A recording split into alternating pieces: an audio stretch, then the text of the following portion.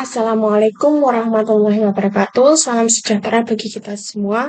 Perkenalkan, nama saya Catut Imaningati, NIM 2162029 dari kelas Akuntansi B 2021, STIE PGRI Dewantara Jombang. Saya menyampaikan PowerPoint ini untuk memenuhi tugas mata kuliah perilaku organisasi. Di sini saya akan menjelaskan tentang salah satu teori kepemimpinan, yaitu teori situasional. Saya akan menjelaskan teori situasional. Teori situasional dicetuskan oleh Dr. Paul Hersey dan Ken Hartlib Blanchard pada tahun 1977. Teori situasional adalah tindakan terbaik dari pemimpin yang tergantung pada berbagai faktor situasional yang mengelilingi organisasi yang dipimpinnya. Seorang pemimpin ternyata memerlukan analisis terhadap lingkungan organisasi sebelum meyakinkan dirinya untuk menentukan gaya kepemimpinan yang cocok pada organisasi tersebut. Pengambilan analisa itu didasarkan pada SDM, anak buah, masyarakat yang memiliki organisasi tersebut, dan juga situasi dan kondisi yang ada di lingkungan organisasi tersebut. Teori ini mengusulkan seseorang dapat dianggap memiliki sifat kepemimpinan bila mampu mengambil tindakan berdasarkan variabel situasional tertentu.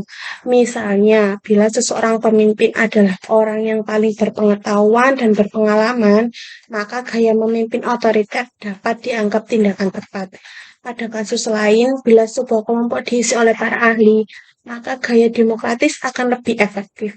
Itu contoh gaya kepemimpinan yang diambil berdasarkan situasi yang ada dalam organisasi. Trilogi kepemimpinan Ki Hajar Dewantara ini dicetuskan oleh Raden Mas Wadi Suryaningrat atau kita kenal sebagai Ki Hajar Dewantara.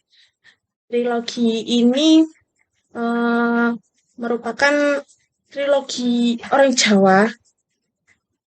Dicetuskan Ki Hajar Dewantara pada saat mendirikan taman siswa, yaitu pendidikan yang pertama kali ada di Indonesia. Pemimpinan Ki Hajar Dewantara terdapat 3. 1. Ing Sosong Tulodo, 2. Ing Madya Mangunkerso, 3. Tutwuri Handayani. Tulodo di depan memberi contoh. Seorang pemimpin harus bisa memberi teladan atau contoh teladan menjadi kata kunci kesuksesan dalam semua organisasi. Bahasa kerennya adalah practice what you preach. Oleh karena itu, seorang pemimpin harus mempunyai kepribadian yang baik yang dapat dicontoh oleh anak buahnya. Contoh sederhananya seperti kebijakan datang tepat waktu dan disiplin dalam mengerjakan tugas. Sebelumnya, pemimpin harus melaksanakan kebijakan itu terlebih dahulu agar anak buah bisa mengikuti contoh yang baik tersebut dan anak buah termotivasi, dia merasa ada rasa sungkan terhadap pemimpin. Kenapa pemimpin datang terlebih dahulu sedangkan anak buahnya selalu telat. 2. Ing Madya Mangunkerso, berada di antara pengikut, harus kreatif dan inovatif. Seorang pemimpin harus mampu menempatkan diri di tengah-tengah pengikutnya sebagai pemberi semangat, motivasi, dan stimulus agar pengikut dapat mencapai kinerja yang lebih baik.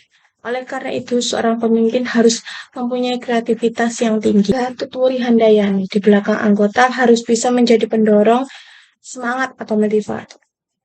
Seorang pemimpin tidak hanya memberikan dorongan, namun juga memberikan arahan untuk kemajuan organisasi. Pemimpin harus mampu mengerahkan usaha-usaha pengikutnya agar sejalan dengan visi, misi, dan strategi organisasi yang telah ditetapkan seorang pemimpin.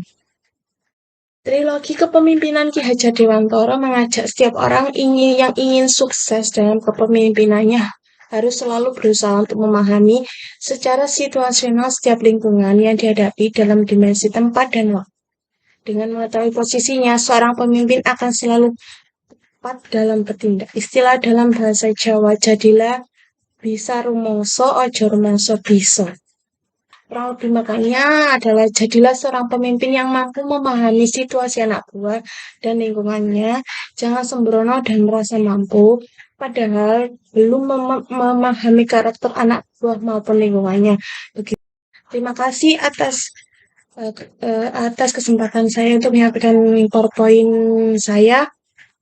Mohon maaf apabila ada kesalahan kata-kata atau kesalahan informasi yang saya sampaikan. Saya akhiri. Wassalamualaikum warahmatullahi wabarakatuh. Terima kasih.